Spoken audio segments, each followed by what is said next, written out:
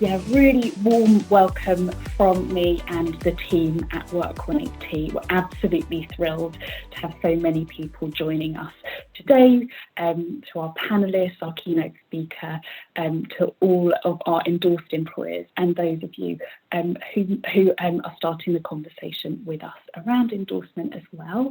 We're going to be starting off with a keynote today from Sadiq.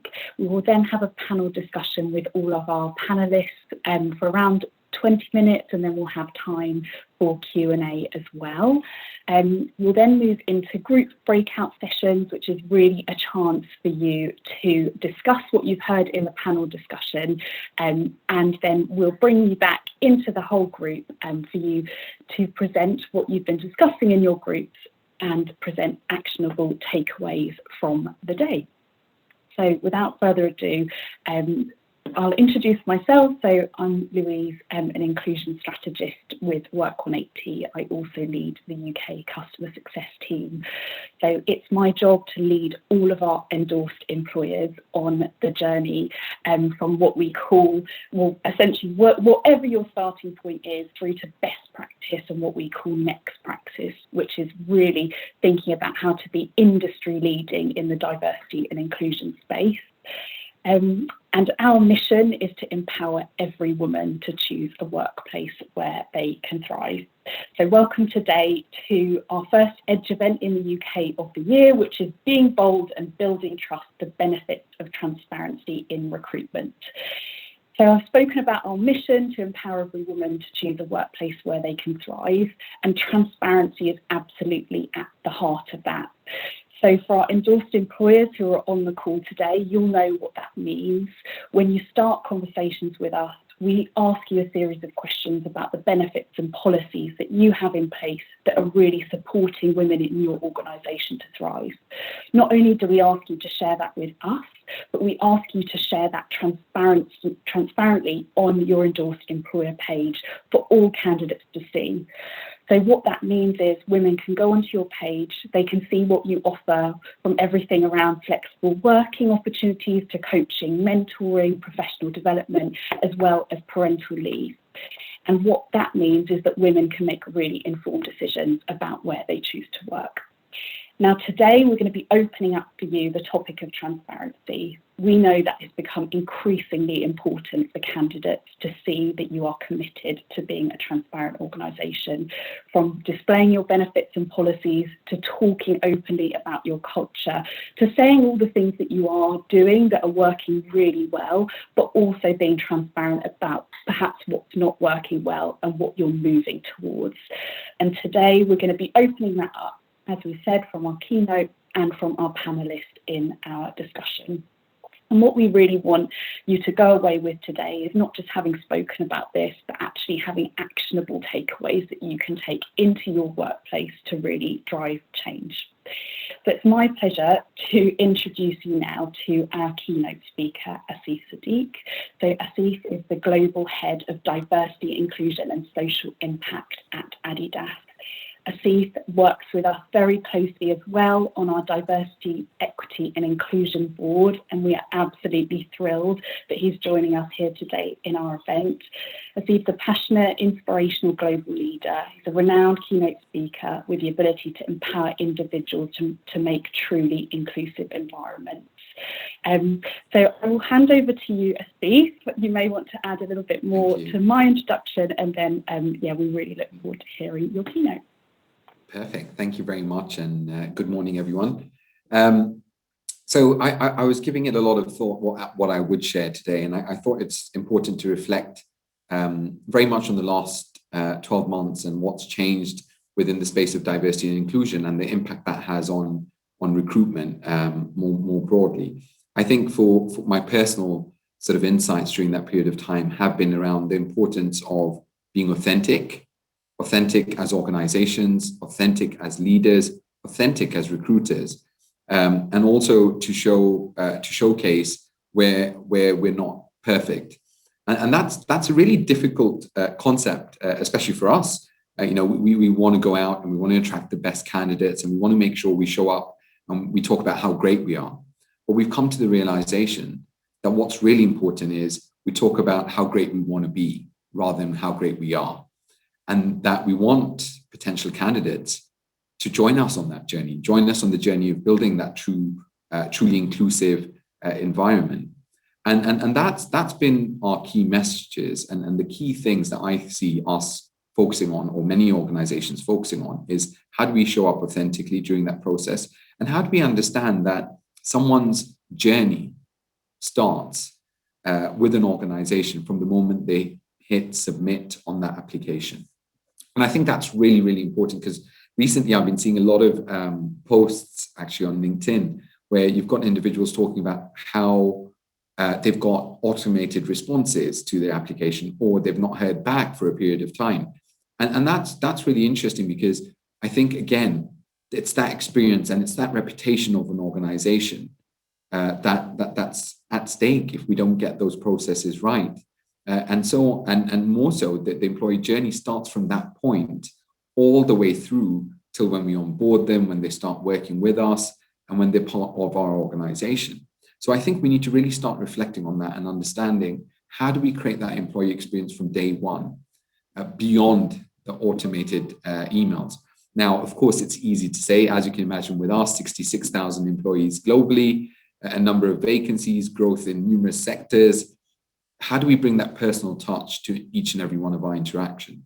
And in all honesty, it's the small things we can do to create that personal touch. It's the small things we can do to be more transparent about our processes.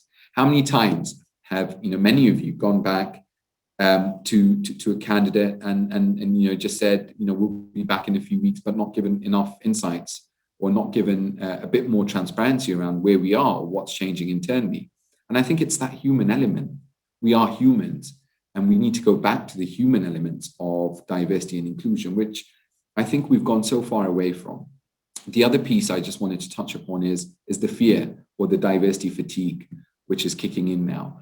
As we come to 12 months of lockdown, beyond that, diversity has been a huge topic over the last couple of months. And that is creating a fatigue around diversity. It's creating an us and them culture. It's creating this perception that one group is favored over another, or someone's getting something which means that I'm not good enough, or I'm not going to get it. And how do we address that? And that is through transparency. That's through creating fair, equitable processes. And when we are reaching out to hire more individuals from underrepresented groups, or more individuals from different diversity dimensions, how can we do that in an inclusive way that captures everyone? Because it isn't this taking from one group and giving to another. It's never been. We still hire the best candidates, but evidence has shown us there is an equity in the processes that we have. So how can we bring that about, and how can we really create that meaningful dialogue with individuals, and even with what we do, and how we go out there and showcase ourselves when it comes to processes. And the final point, and I only had 5 minutes, so I'll try to cover as much as I can within that time, is purpose. Purpose is a huge, huge element. Generations now, individuals, everyone's now looking for purpose within an organization that aligns to their purpose, not just an organization they want to work for. And this really came to life for me a couple of weeks back. And I'll give you a very quick story. I was speaking to some sixth form students about careers at Adidas. And I went in thinking, hey, here's this cool brand, Adidas, right? So they're going to love me. All of them are going to be, signing up to join us. And it was one of the toughest conversations I've ever had with the toughest group of people, because they challenged me on our ethical production. They challenged me on markets we operate in. They challenged me on what we're doing around racial equity. And it made me realize that, things have changed, and people now will not join an organization unless they can find that purpose, and that purpose truly aligns to what they believe in and the values that they hold dear to themselves. And that means we have to adapt. We have to be honest, and we have to be transparent. And actually, my last point, failing, one of the things which every leader was taught, that, you can't show vulnerability, you can't show that we're not doing good at this, or you can't show we're not doing good at that. Actually, people want that human interaction. They want to see that human organization, the organization that says, we're not good at this. want to improve. Or we haven't got this perfect, but we're learning and growing. Those are the key critical things, in my view, that will drive the organizations of the future, organizations that truly embed that authentic sort of brand purpose and leadership. And this goes beyond the statements we make on our websites, whether it be for recruitment, whether it be for social justice or anything else. Statements mean nothing unless we're taking sustainable actions in the background that are driving long-term change within an organization. People will give you time to drive that change. But if you just make a statement and it's not backed with any true facts and true things that you're implementing, it means nothing. So saying that we're an inclusive employer by itself means nothing unless you're driving change in the background, because people will hold you to account. People will ask you at interview, what are you doing? You're saying you're an inclusive organization or you value gender equity. What have you put in place to do it? And unless you can answer those questions, I would say don't put it on your website. Be ready to answer them and be authentic and genuine in what you put across. I'll stop there. Thank you so much, Sadiq. It's so great to hear from you about your take on what transparency means and the breadth of that. And we're now going to move into our panel discussion, and we're really thrilled to have 4 people from our endorsed employers at Schneider Electric, Voltex, Spirit Energy and Telegraph Media Group. I'm going to just run through, but I'll ask you all just to introduce yourselves and a little bit more about what you do in your organisation. So it'd be great to start with Maria from Telegraph Media Group. Hello, hi. My name is Maria Onyango, and as Louise just said, I'm with the Telegraph Media Group. I head up talent acquisition, so recruitment and also diversity, inclusion, belonging. And I've been with TMG for just over 3 years. 3 years in the TA role and just over a year in the DI&B space, which I stole as a job from Asif when he went to Adidas. So we know each other well. I'm actually in my last 3 weeks at TMG. I am going to be joining Facebook as head of international diversity recruitment. So exciting times, but I've loved my time here, so more than happy to talk about some of the great stuff that we're doing. Thank you so much, Maria. It's great to have you join us. And also we have Stacey from Spirit Energy. Yeah, I'm Stacey Kincaid from Spirit Energy. So, like as they've said, not a cool brand to go in and talk about. We're an exploration oil and gas business, so losing a little bit of street cred at the moment. I've spent probably 15 years or so in different HR roles in oil and gas, though, mainly focused on recruitment across all different levels. My role at Spirit is the first time I've had a D&I role, and personal focus areas for me are gender balance, ethnicity.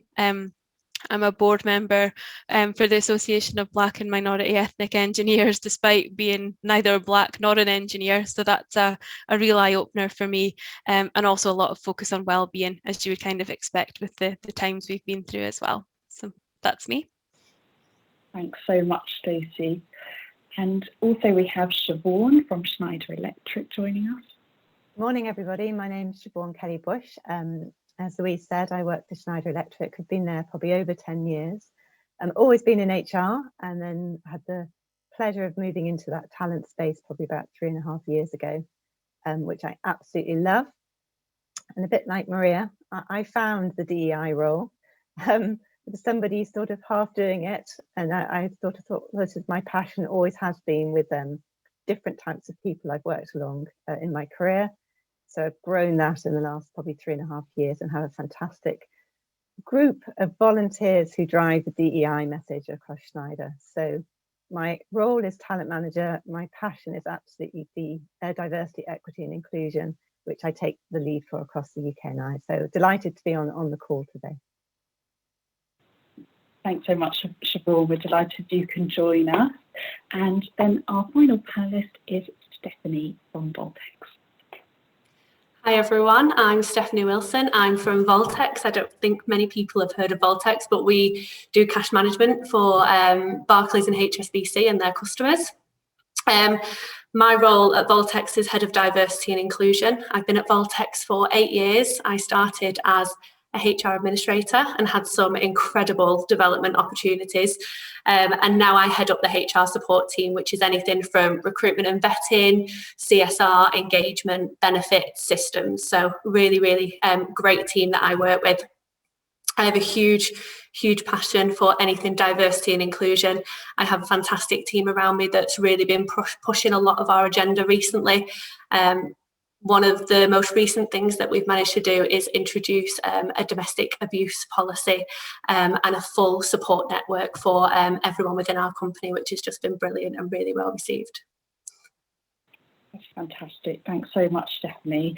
So yeah, really pleased to be moving into our panel discussion. Just to say for everyone that we'll take about 20 minutes in our panel discussion, but we'll leave 10 minutes for questions. As I mentioned at the top of the call, if you have any questions as we move through, just please feel free to pop them in the chat box, and our panelists will be pleased to answer those at the end of our discussion. As I said as well, you're all, all of the panelists here are endorsed employers with Work180. So you've displayed a real commitment to transparency. And your endorsement, as you all know, isn't about being perfect, but it's about that commitment to transparency, commitment to making progress that people really care about. So I'd love to ask you, perhaps I'll start with you, Maria, at the top of the call. Why is transparency around your company's benefits, perks and policies so important in the recruitment process? Yeah, good question. I've been in recruitment for way too long, so excuse me if I do a TED talk, you can shut me up.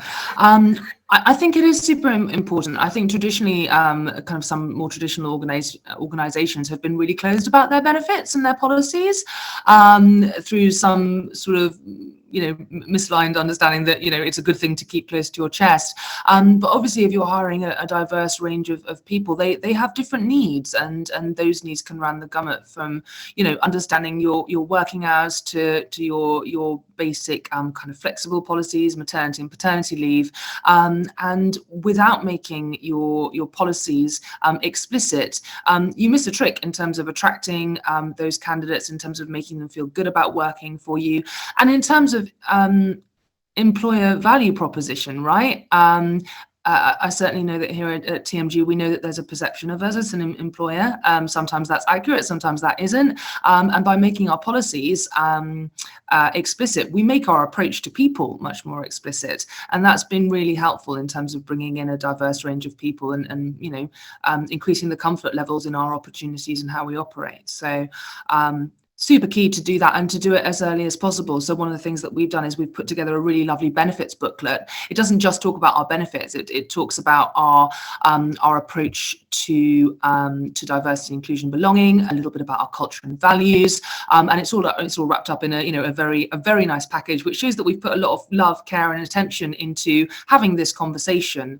And when you have things like maternity and paternity leave, sometimes people are a little bit reticent to start having that conversation. So if we broach it first, they are aware that A, we have an excellent maternity and paternity policy, which often shuts down the conversation anyway because they know it's good, but B, that we are happy to have that conversation and that it's not going to do them a disservice during the process. So yeah. Thanks, Maria. It's really great to hear you address that. The point about even asking about things like parental leave can form a barrier to candidates, so it's great you're displaying things really up front and centre. I'll just open it to any other panellists to build on that in terms of why is transparency important for your candidates within that recruitment process. If I may, Louise. Sorry. No, go, Siobhan. Okay, thanks, Stephanie. We're keen to get our views and our thoughts and add to the conversation. I suppose just to add to Maria's point of view, Schneider Electric, it's probably not a name that people have heard of, but we're probably in your home somewhere through the sockets or switches or consumer units, whatever that might be. So it is about being very open. And I think the key to the transparency is about openness and picking up on As's point. We're not perfect. We don't have a 50-50 gender balance. We're typically an engineering organisation of old, but we're moving into the technology and innovation space and the sustainability space.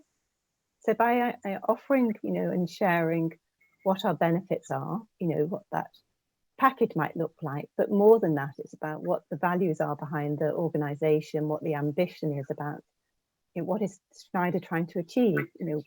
We're not there today. We're working hard towards it, and these are the sort of things that we're doing, and we want to continue doing, evolving and changing.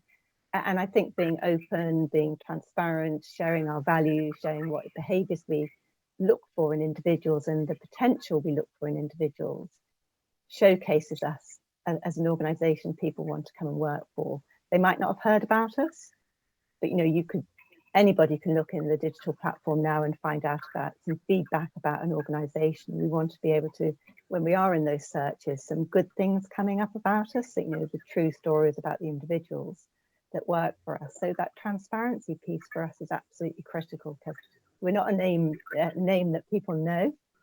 So we do try and sell our story in other ways about, what's the experience you will have if you come and work for us. So it's more of a sell of us rather than often the individual. The relationship is almost flipped over, that we're selling us as an organisation and looking for the best individual. Apropos 2 years ago was the individual was having to sell themselves because the market was so full of candidates. So I would echo what Marie says about that transparency, absolutely.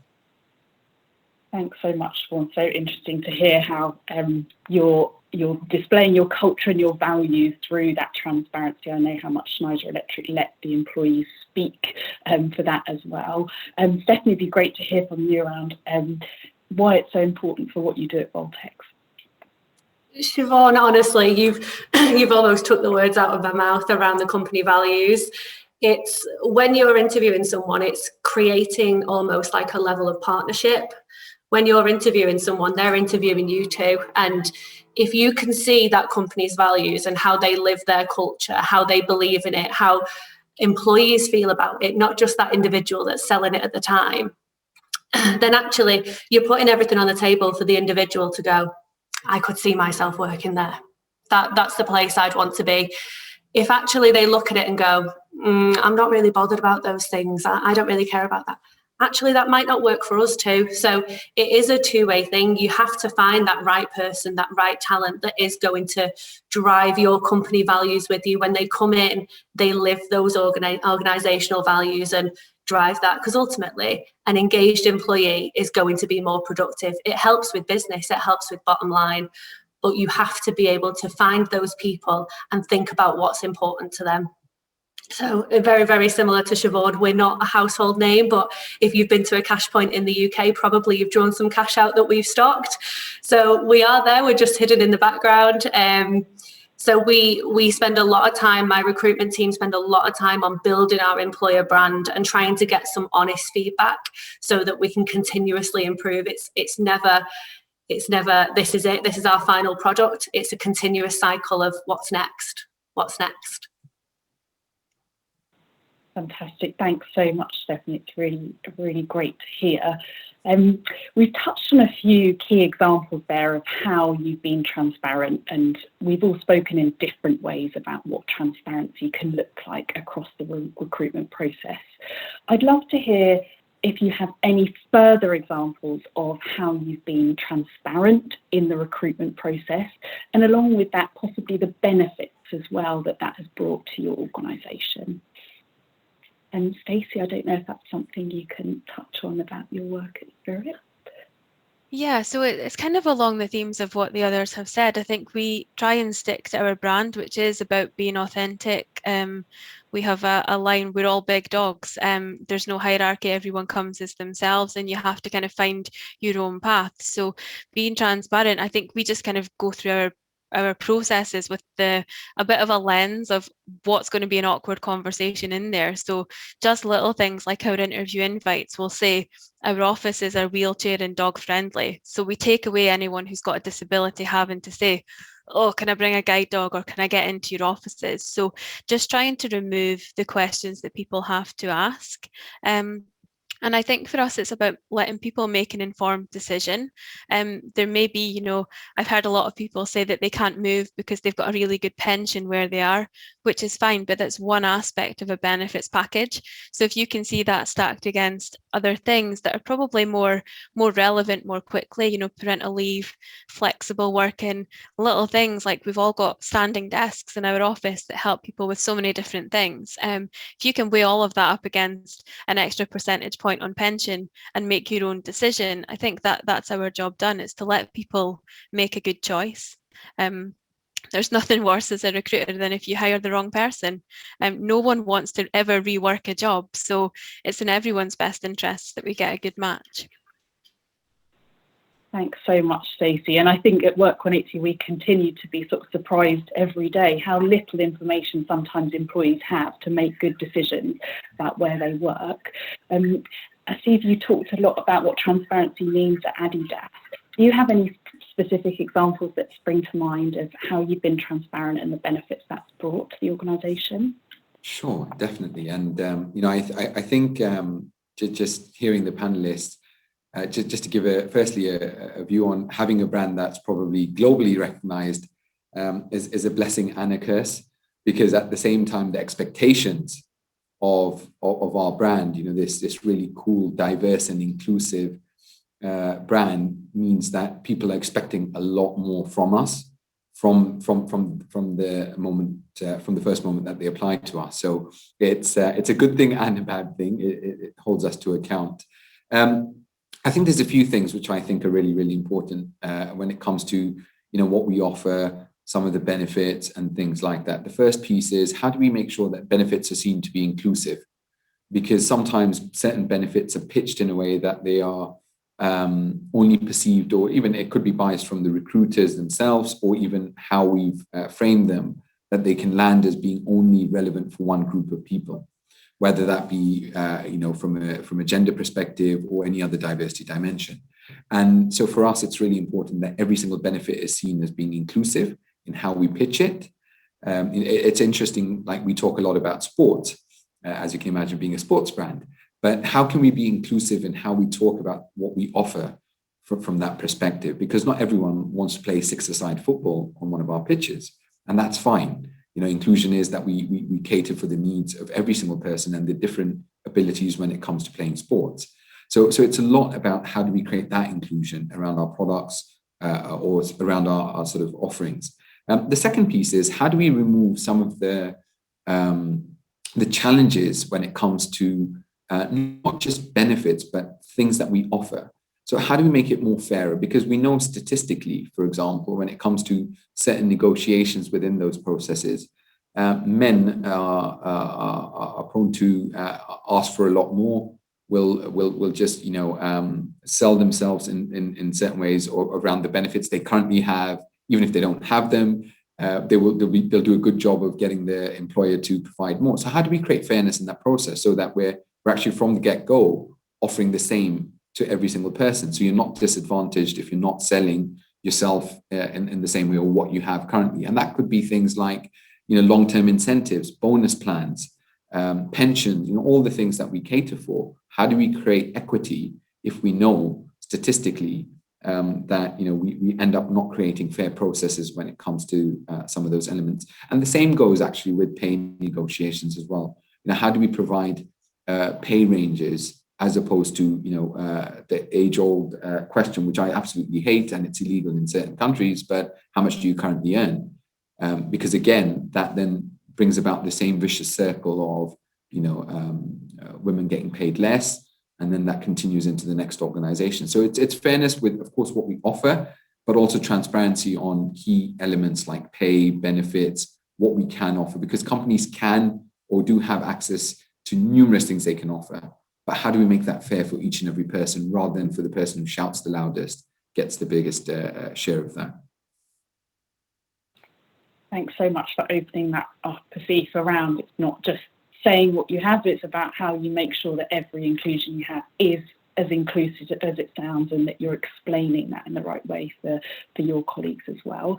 I just invite any of the other panelists to build on any other further specifics that you offer in your organisation, perhaps Maria? Hello, you saw me on mute, didn't you? So I just wanted to massively agree with one thing that Asif said, which is not asking people what they're currently on. So we actually do ask people what their expectations are, which even then I'm a bit and actually a large part of the conversation that my recruiters have is you asked for this, it's going to be this, whether that number's high or lower. We've done our benchmarking, we've done our background research, and actually you might be slightly underselling yourself for this role, and that's absolutely fine. And often we have line managers asking, well, why don't we know what they're on at the moment? And well, it shouldn't matter. You're happy to interview them. And we're very conscious of explaining the process of how we get to our budget number to both the line managers and also to candidates as well, where that number comes from, and checking in with them regularly on whether they feel that's fair for the job. In terms of other things that we offer, again, I think this was based on something that that Asif was talking about, is being clear about what the difference between a benefit is and what's just good practice. Because I think a lot of the time organizations do things like, oh, well, we'll give you a health assessment, as you should, and that's sort of okay, and but what is actually a benefit? What is a perk of here is nice to have. So we have things like we have an on-site gym, which is brilliant. We have on-site massages. We have well, this is back when we were on site. We had subsidized yoga. All of that's great, but what is that? Is that a perk, or is that actually sort of a benefit? And I think you need a combination of the two.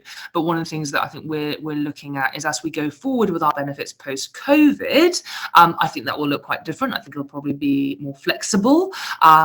We've learned a lot during COVID about really just how diverse our population is in terms of kind of individual needs and how they live their lives day to day and their family circumstances. It's so much more nuanced than we thought it was. And what's a benefit, and what's culture, and what's a perk, which is a nice to have. And perks are really great, right? If you take the free fruit away, people get very angry. But it is a perk. So that was just my thought. Thanks so much for Maria. Really important to split out the actual definitions of those elements, and really interesting to hear that in the last year that you've seen even more nuances in terms of what people need to really thrive in your workplace as well. Thank you for that. When you started the conversation with Work 180, as I said, we asked you a series of questions, and that series of questions continues to be built out all the time. And we, of course, work with Asif on our board to make sure we're asking the right questions as well. We find those questions really open up who you are as an organisation, and they bring so much value to candidates. But I'd love for you to open that up a little bit further to everyone in our event today, just to explain really the power of that type of self-assessment. So whether it be from us, whether it be from internal surveys, whether it be simply looking at your numbers in terms of things like gender pay gap or ethnicity pay gap data, I'd just really like to open it up to hear actually more about why that's really important in your organisation. So I'd just ask Stacey if you want to open that up a little bit more, please. Yeah, and I think, as you've touched on it earlier, it's about being accountable and holding that mirror up to say, well, yep, we're good over here, but something's lacking elsewhere. It's not something where you've ever got, D&I completed it, mate. That's never going to happen. There's always going to be something that you can improve, or something that changes that changes your perceptions or your focus areas. So I think all of these things are really important, and not just the things that are statutory. The Work 180 process was great for us because, and Stephanie mentioned it, we don't have a domestic violence policy. It never occurred to us that such a thing would be a good idea, but now we know that it is, and it's something that's actively being worked on. The same with menopause. We've got a mainly male workforce. Male managers don't know how to deal with that. I think if you've got a female manager, it's a bit easier, but our male managers are finding that really tricky. So it's kind of bashing through some of the preconceptions and just helping people be able to have good conversations, because not everyone, I don't think many people would say they're a D&I expert. There's just so much to it. And certainly your line managers are not likely to be the ones who know an awful lot on the topics. It's being able to see where you're performing and give help where people need it as well. Fantastic. That's really helpful. Thanks so much, Stacey, for beginning to open that up. I'll just open it up to any of the other panelists around that question. Why is it so important in your organisation to perform that kind of self-assessment piece? I think feedback is a gift. We have that saying a lot in our company. Feedback is a gift. It might be a gift sometimes that you don't want to hear or you don't want, but there's always those nuggets of, you know, information that can really help to improve. When we think about diversity and inclusion, I link it always very closely to engagement. And if we look at our 4 enablers of engagement, you know, we have our strategic narrative. Let everyone know what's happening with the organisation. Let them know where we're trying to get to, how we're going to get there, so that they can be part of that journey. How do we engage our managers? You know, Stacey just said it then. They have a lot of these challenging conversations, but have they really got the tools to be able to do it? So think about what they need to have in order to be able to have some more challenging conversations and feel confident in doing so. Employee voice and integrity. And I think employee voice, it always comes back to me. There has to be an opportunity for people to regularly feedback. I could, and my team could go forward and say, I think it'd be really great if we do this. And I think this would land really well.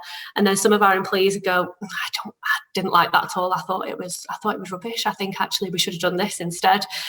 You need to provide a space where people could say, this is what we want. And only when you start to get that feedback, you listen to it, you acknowledge it, and then you provide some really, really great action plans that then are going to be recognised by the business and will be recognised by your employees. So I think for me, that's always been really clear on how we, 1, deliver engagement, but 2, how we're starting to deliver our ED&I. What's important to our people, you know, what do they want to see? What should we do more of? And as we do that, we start to develop more and more. Thanks so much, Stephanie. Really interesting to hear, you know, the transparency isn't just one way. Once you're being more transparent with your employees, you're inviting that same level of transparency back. And we've seen that really just increase the pace of change in organisations time and time again. I really love that you're, you know, treating any type of feedback as a gift. I see we've got a question in the chat, and I know we've got about 10 minutes to open up for questions to our panel. We'd love to invite you to add any questions you have into that chat box. If you want to address that to any particular panelist, then please do. Equally, if you want to go off mute at any point, just let us know you want to ask a question, and we'll open that up too. So if I start with a question from Tim. Thanks for your question, Tim. It's recognising that it's a journey. Can I ask the panel what metrics you track to review progress on this journey, and how transparent are you with this data externally? Great question. Thank you, Tim. I don't know if we have any takers for that question from the panel. I can take that one.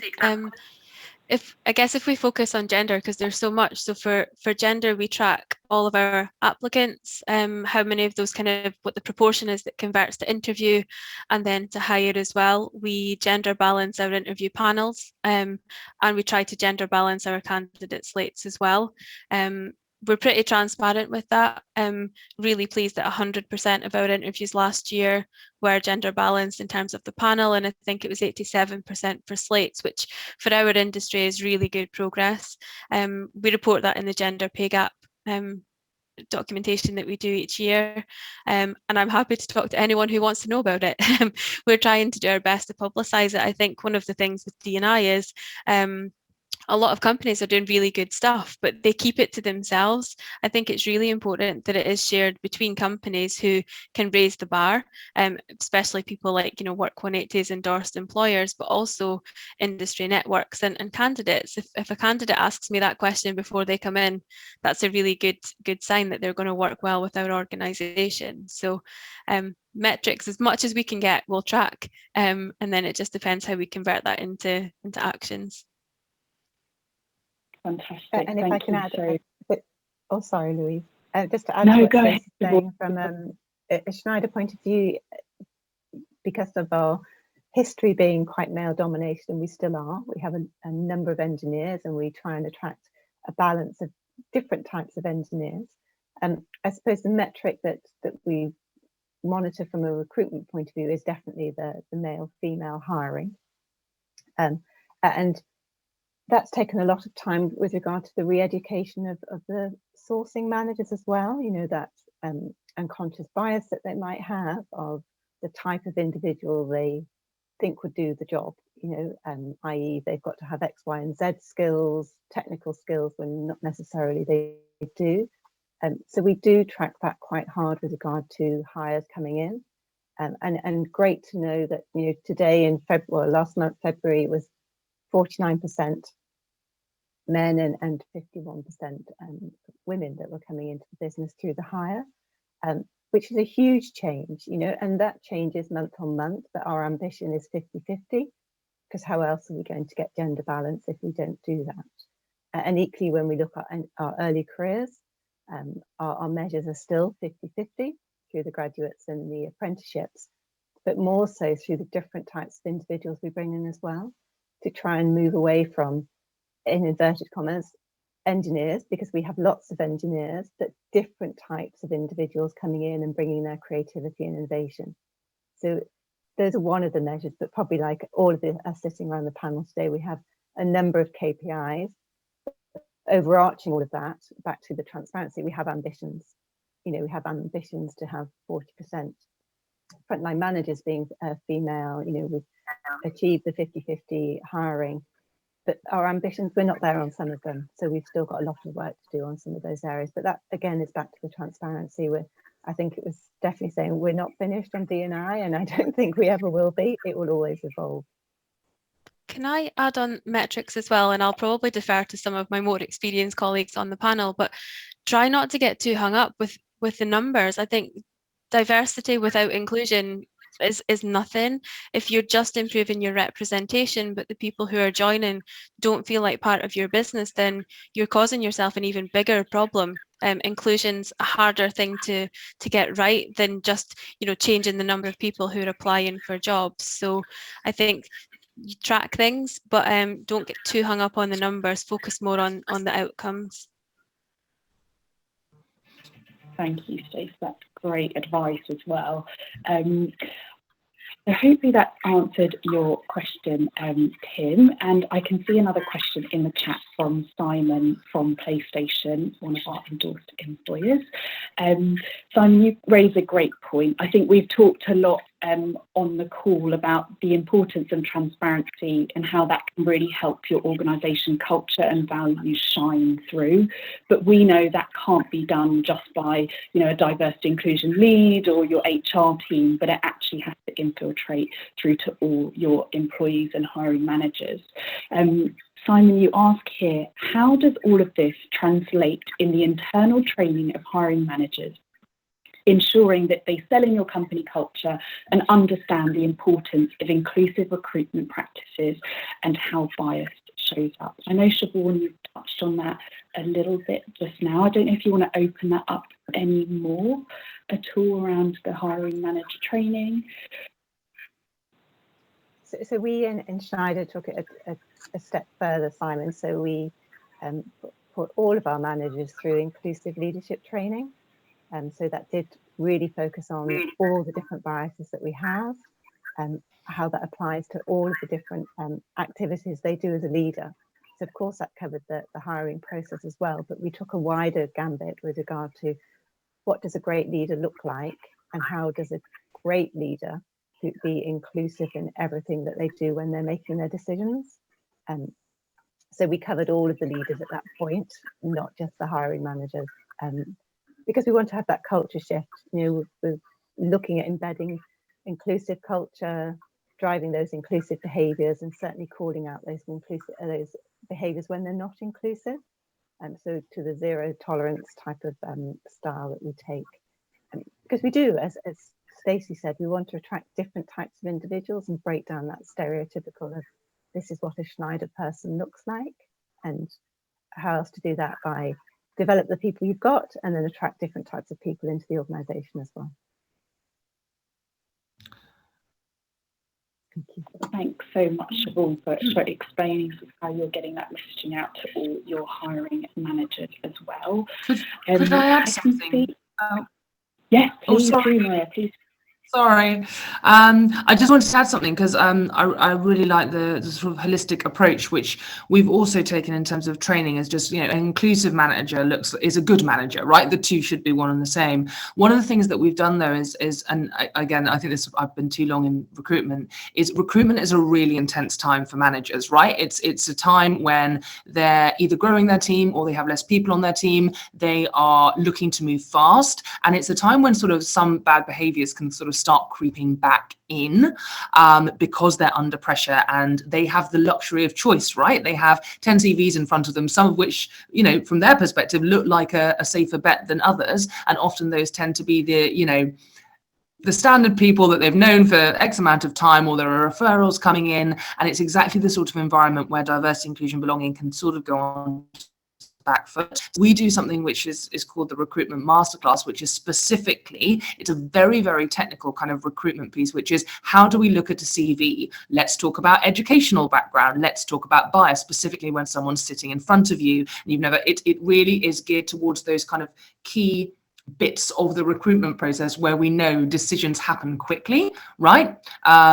If you've ever had a line manager send you feedback 10 seconds after the interview, that person has not sat on that feedback and thought about their biases. So we're doing that. And then also on the front end, we've just implemented, and I think this has been really useful, we've worked with We Are Stripes, an inclusion consultancy, to rewrite all of our job descriptions. And we've put together a manager playbook as well that they have to weave through, and then they have to write the job description. It goes into a particular template that just de facto talks about our inclusion, belonging, our benefits, our culture, so that every job description talks about that.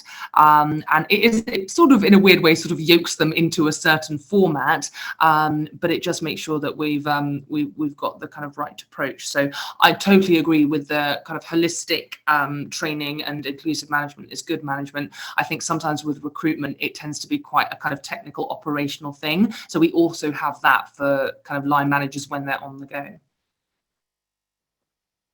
Thanks so much, Maria and Paul, for your answers to that question. It just really speaks to how you're truly embedding it across the whole organisation, so everyone can speak for what you're doing. I think we have time just for one more question. I see Zara from Ocado Technology, another of our endorsed employers, that you've asked a question. Zara, I just wonder if you'd be happy to go off mute for a second, maybe to ask that question to the panel yourself, sure. Just so I'm sure. Fantastic, thank you. No worries. So we're having a slight challenge in terms of actually making our interview panel more balanced, to be honest with you, and making more relevant. So another alternative we thought about was actually having an informal meet and greet, particularly during COVID, everything's all remote. So it's an informal coffee with our women in tech, as well as representation from our ethnic minorities. Basically, I'm just sort of wondering whether you think this is a good idea. Obviously, I've got to be really sort of conscious of the fact that we're sort of targeting, women that we perceive to be women coming into the actual process in regards to that, and sort of saying, okay, have a look at our inclusive culture, which you wouldn't normally get if you were remote, but you would certainly get that if you were sitting in the reception and see lots of different people passing through, basically. So it was just asking whether this quick fix at the moment is a good idea in regards to the experience you've had. Thanks, Zara. Can I hand to you for that one? I was going to say, I think any efforts are good, so there's never a bad effort. Whether it has a long-term impact, that's the key measure. But I think any efforts is positive. My only view, and I was just going to touch on this, and this is again a personal view, I do agree that we need to have more balanced interview panels and so on. But I also do feel, and again from my experience, that we end up sometimes taking the responsibility of D&I and adding it on to that one woman on the panel or that one person from an underrepresented group to consider diversity, and the others can sit back and not worry about it. My view is every single person on an interview panel needs to upskill themselves, needs to understand what it means to talk about diversity and to be able to recruit more people from diverse backgrounds. So I think it's just as important for every single panel member to understand that, as opposed to having a particular representation. Because the other danger as well is, and going back to when I worked in consultancy, there is a tendency, and again, statistically, not me saying it, I'm not clever enough to say it, but there is a tendency when you have people who look like individuals, then they're twice as critical, or even their explanation. So if I'm someone who works in financial services and I've made sacrifices beyond, others, and if I say, well, that's what it takes for you to be an ethnic minority and survive here in financial services, that doesn't mean that's what every other person who looks like me wants to do. And it goes with gender especially, because we sometimes have an interview panels, senior women who might have made more sacrifices than some of the other generations are ready to make. And so I think there's that bias that sometimes creeps in from even having someone more diverse on the panel. And just my last point on that, I think the informal things are just as important, because we can correct or include every element of fairness within the official recruitment processes.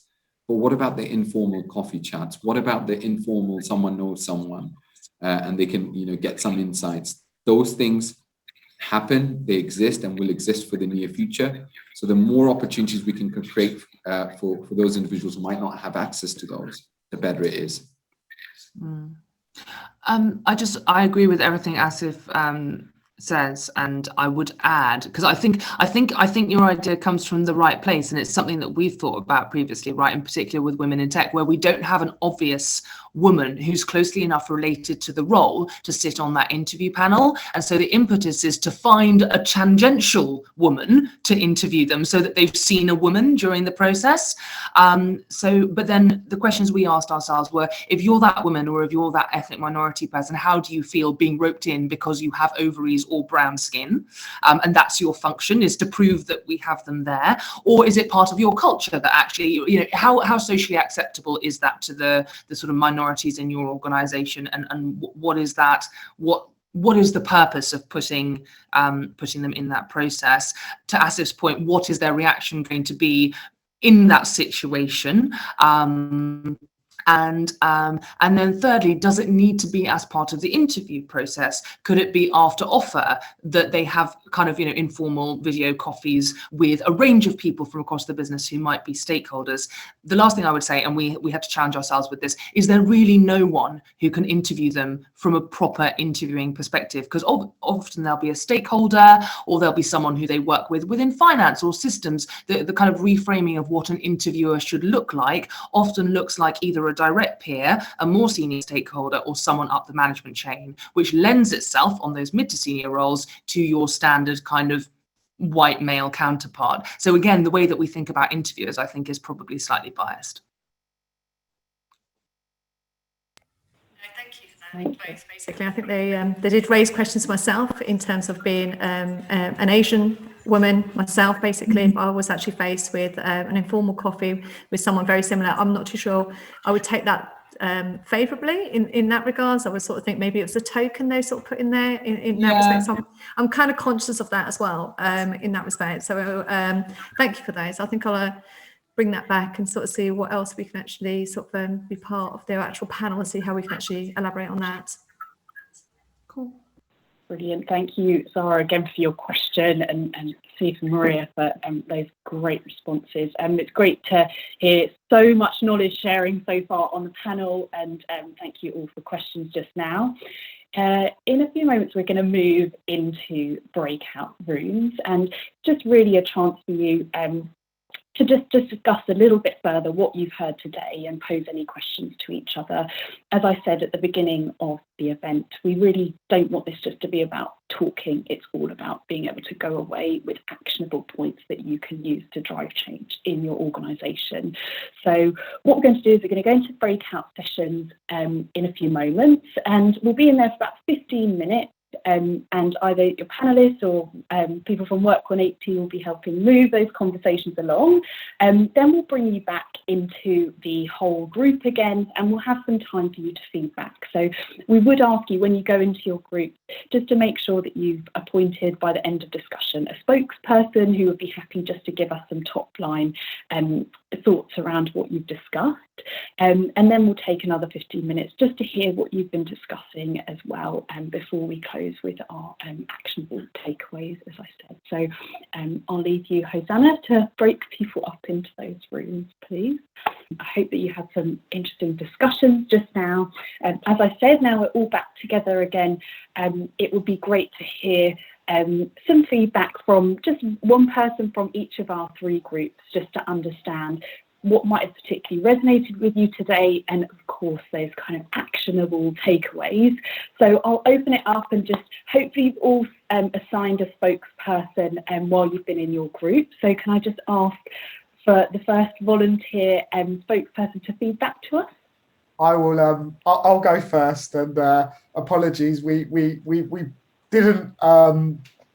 We didn't choose a spokesperson at the start, so I'm going to have to nominate myself on this one.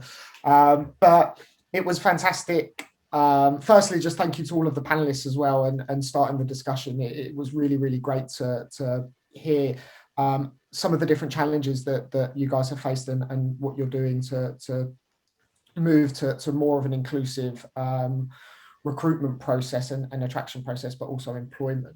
The biggest takeaways from our group, I feel, were twofold, really. The first one is that, communication is key. There's a lot that's outside of our control, but what is within our control is how we communicate to our candidates and to our employees.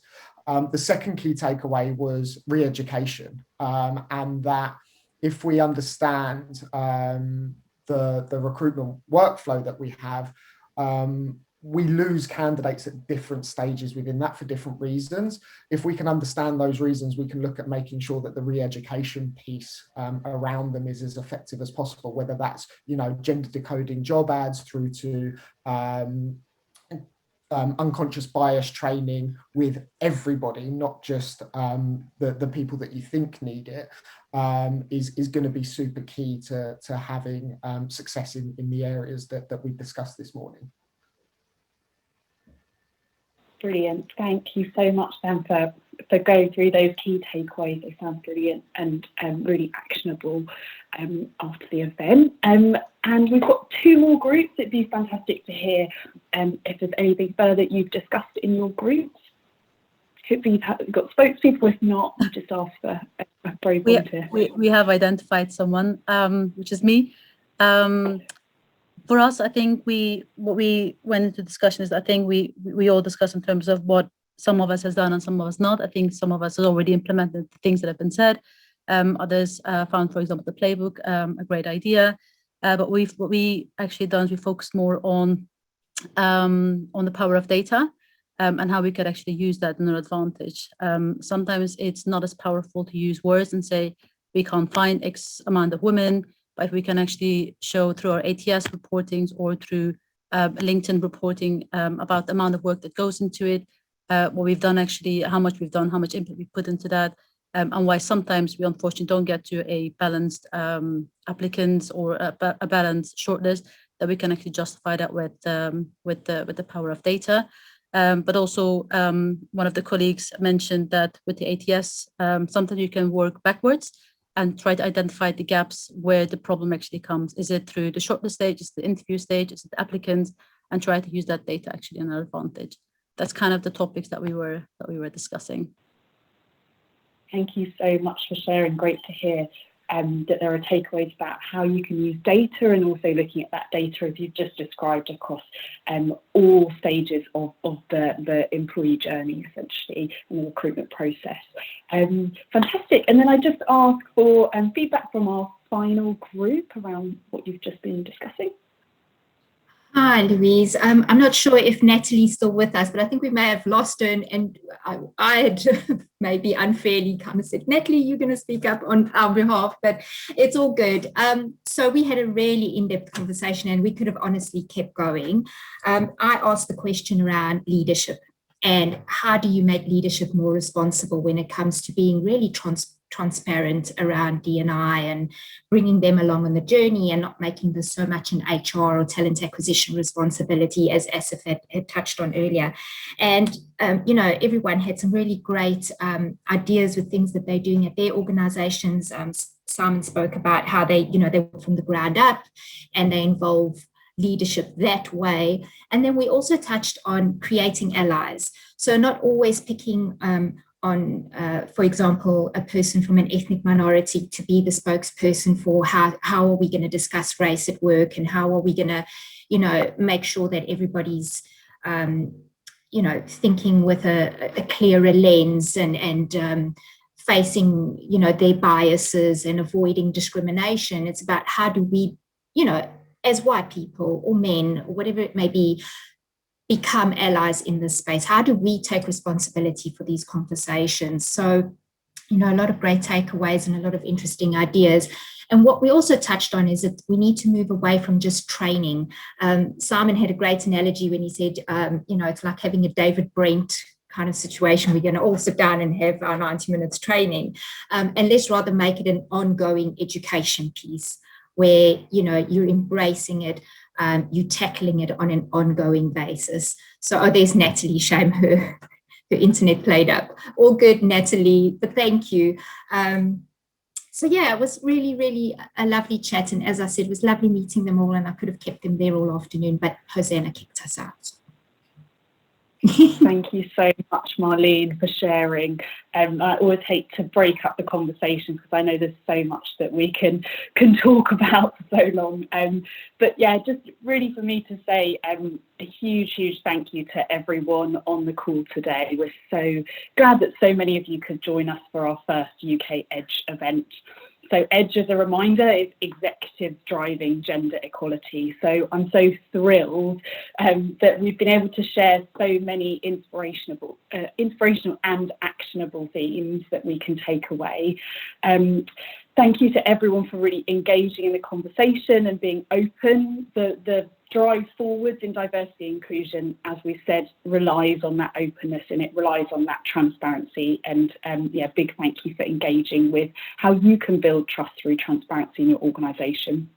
I do want to say a particular thank you, of course, to our keynote speaker, Asif, and our panellists, Siobhan, Stephanie, Stacey and Maria. Thank you so much. I know how busy you all are, so huge thanks for your time, but thank you for your inspirational words and for your ongoing commitment to diversity and inclusion, not only in your organisation, but through joining us today and helping others to move even further forwards.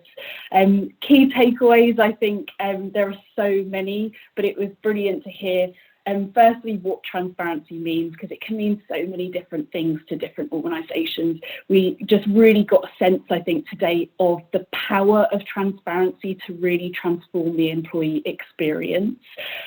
Great to hear just now about that you've learned around the power of data to really drive change, and that data doesn't have to be perfect, as we said, but you have to be transparent about that starting point to know where you begin so you can make that change. Not only that, but we've talked about how we can really transform by how we communicate our inclusions, our policies, not just the fact that we display them, but that we explain them in all their full force. And then lastly, I think a theme that's really shone through is not around training alone, as you just mentioned, Marlene and Simon, but around the re-education of leaders and hiring managers and ensuring that that is a continuous change. And I will echo Asif's words at the beginning that statements mean nothing without sustainable actions. And we really hope that you've taken away a number from today. In the next couple of days, you'll receive a recording so you can pick up on things that you might have missed across the conversation.